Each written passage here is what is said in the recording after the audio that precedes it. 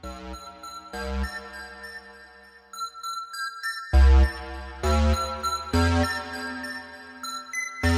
you wanna find me, yeah, I'm in the front row. With my 2 tickets on me, I'm in the front row. It's the best place to be, I'm in the front row. Best place to be. If you wanna find me, yo, I'm in the front row. With my 2 tickets on me, I'm in the front row. It's the best place to be, I'm in the front row. Best place to be.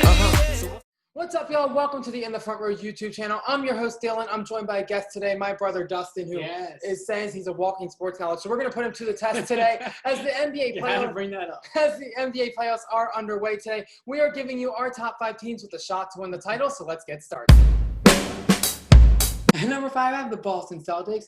They are the deepest team in the East, maybe the best coach in the East. They have Jason Tatum, who is going to be a superstar in the making. Jaylen Brown, an underrated two-way player. And also, you can't forget about Kemba, who made that big shot in the Garden at UConn. At number 5, I have the Portland Trailblazers. While this may come as a shock to many because they're the 8th seed in the Western Conference, they are not your typical 8th seed. They have Damian Leonard and McCollum, in my opinion, the best backcourt currently in the NBA. They also have a lot of depth in their scoring, which is big to me. They have Melo, who always puts up big games and can score the ball at any time. They have Nurkic, they have Whiteside underneath to get balance to their offense, and they also can protect the rim, which is going to come huge against the Lakers in the series. At number 4, I have the Los Angeles Lakers, which may come as a surprise because, a lot of LA fans watch here in the front row. They do have the best duo. Second best duo in the NBA. Yeah, we're making statements here. And LeBron and AD. Not even the best duo in LA. We'll save that for later. They also, a lot of new additions. They have J.R. Smith coming in. They have Dion Waiters coming in. So how do they fit in with the team? The Lakers really weren't that impressive during the bubble. Can we say that? Up and down. I know LeBron and AD didn't play a lot, but still not that impressive. Rondo coming back. Rondo can be a little, we've heard some stuff about him. So how do the Lakers do? And also they got to, ramp it back up for the playoffs. They struggled during the bubble, and they get a hot Portland team, which we'll talk about later. So. Shireen will not like that. She loves Rajon Rondo. I'm just saying. At number 4, I also have the Lakers, and I'm concerned behind Anthony Davis and LeBron James. That's where everyone is concerned in my article, which you can check out on In the Front Row when I preview the Lakers and Blazers series. The depth of the Lakers comes into question. Kyle Kuzma is up and down.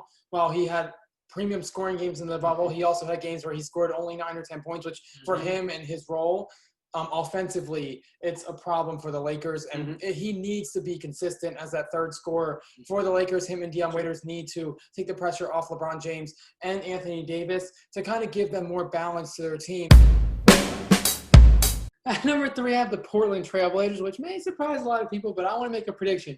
The Trailblazers are going to the Western Conference Finals this year after they beat the Lakers. Yes, sorry, LA fans.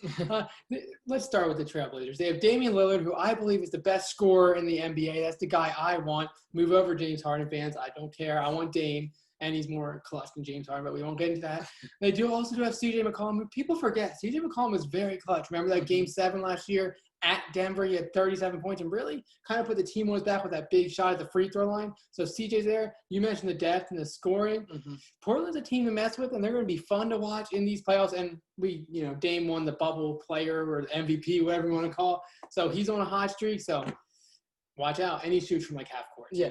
Remember Logo Dame. Logo Lillard. Yeah, C.J. McCollum also 14 points in the fourth quarter of the playing game against Memphis, including big shots and back-to-back possessions down the stretch in the final minutes. And did we mention Melo, who was a walking bucket, had that big 3 at the end of the Memphis game? At number 3, I have the Milwaukee Bucks. They're the number 1 seed in the Eastern Conference. Giannis pretty much said that they really are their own worst enemy to get to the NBA Finals out of the Eastern Conference. Mike Budenholzer, their coach, is an experienced coach. He was an assistant coach under Greg Popovich. The only concern for the Bucks is home court advantage. While they technically do have home court advantage in the bubble, they're playing on a neutral site with no fans. Milwaukee, over the past 2 seasons, has had near the top of the NBA in, I guess, win-loss record when you're talking to playing at home. I believe they're 30-4 this season specifically at home. They don't lose at home, but without the fans, it's going to be more of a neutral court and more skill. A positive is Giannis does have more playoff experience now, making the playoffs last season. So now he kind of can amp it up, and he knows what the playoffs are about. At number 2, I have the Miami Heat. Yes, I made this prediction a long time ago when we did your show in my nice Dwayne Wade sweater. Shout out to Dwayne Wade. I love him. But, the Heat, they have Jimmy Butler, who is just a savage. And I don't know if the kids say that nowadays, but he is a savage. Jimmy Butler, remember when he was in Philadelphia, he really held that team down. Now you see Philadelphia, they're very inconsistent. They're up and down, which team is going to show up. You've mentioned that before on In the Front Row. So Jimmy Butler held that team together. He was their closer, and now he's leading a team with the Miami Heat. We also forget Eric Spoelstra, still the coach. He's a great coach. They have shooting all over the place, and that's what gets you through the playoffs. 3-point shots nowadays. People learn how to shoot them. And people don't realize, you see how people are shooting in the bubble with the depth perception? There's not any fans behind the basket. It's easier to see.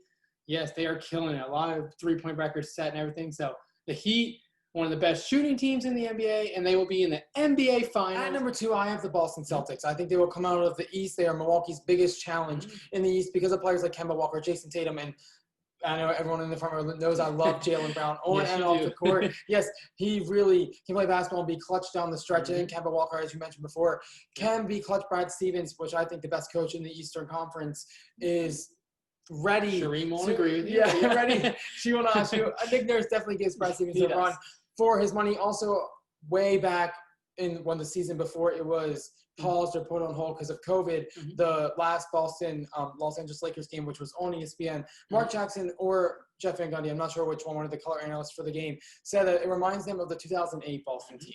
And I could not agree with them more. The Celtics are deep. They have a lot of options. They don't really care about statistics or pointing up numbers. They care about winning.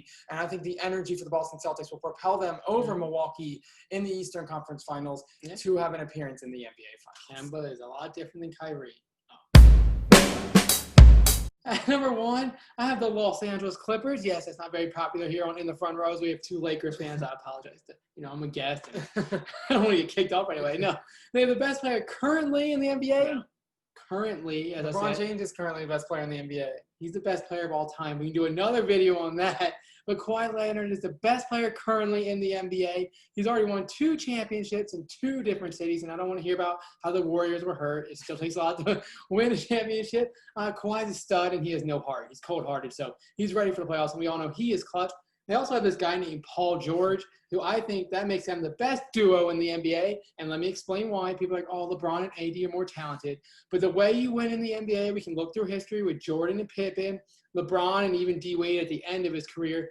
2-way wings win in the NBA nowadays. And Kawhi and Paul George are exactly that. They're both great defenders. And obviously, they can do on the offensive end. And Paul George is healthy. Can we point that out? People are like, oh, Paul George is struggling. The chemistry is struggling. No. Paul George has a healthy shoulder. So that means he is ready for the playoffs. And Paul George has had some big playoff performances. Remember when LeBron was in his prime in Miami and Paul George was on the Pacers? And they gave them a run every single year. They were the only team that could challenge in the East with Paul George at the head. So I'm ready for the Clippers to beat the Heat in the championship this year. I also have the Clippers at number 1 as a team to watch out for, led by Kawhi Leonard and Paul George. Dynamic duo is a theme of teams this year. A lot of teams at the top really have dynamic duos. And like I said, I will take a 2-wing player or a 2-way player, I should say, on the wing any day. And Kawhi has won multiple championships under or for multiple teams, so he's good at adapting. I understand reports all year have been about the Clippers' chemistry issues, but I think Kawhi Leonard and head coach Doc Rivers will have their team ready. Doc Rivers, a seasoned veteran coach, a championship coach, we should also mention.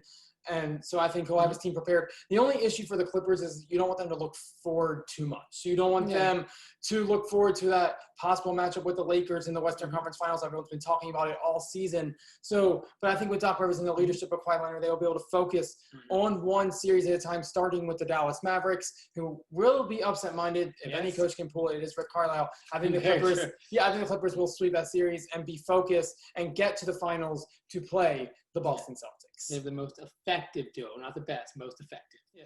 That wraps up our top 5 teams to watch out for with the NBA playoffs starting today. Do you agree with us? Let us know in the comments. Dustin leaving out the Milwaukee Bucks. What have they done? Do you agree with nothing? Do you agree with the Clippers being number 1? Yes. Let us know in the comments as the playoffs are about to start. We are so excited. For Dustin, I'm Dylan. We had so much fun with you guys today. Go ahead and make sure to subscribe, hit that notification bell, and follow us on all social media at In the Front Row LA. We have a Twitter, Instagram, and Facebook. So go ahead and give us a follow. Also shop at InTheFrontRow.com. Go ahead and check out. We have a lot of good selection there. Guys, until next time, we will see you later. And put some respect on Dame's name. If you wanna find me, Joe, I'm in the front row. My 2 tickets on me, I'm in the front row. The best place to be, I'm in the front row. So what's colder than ice and even hotter than a flame? I be in the front row chilling at a booth.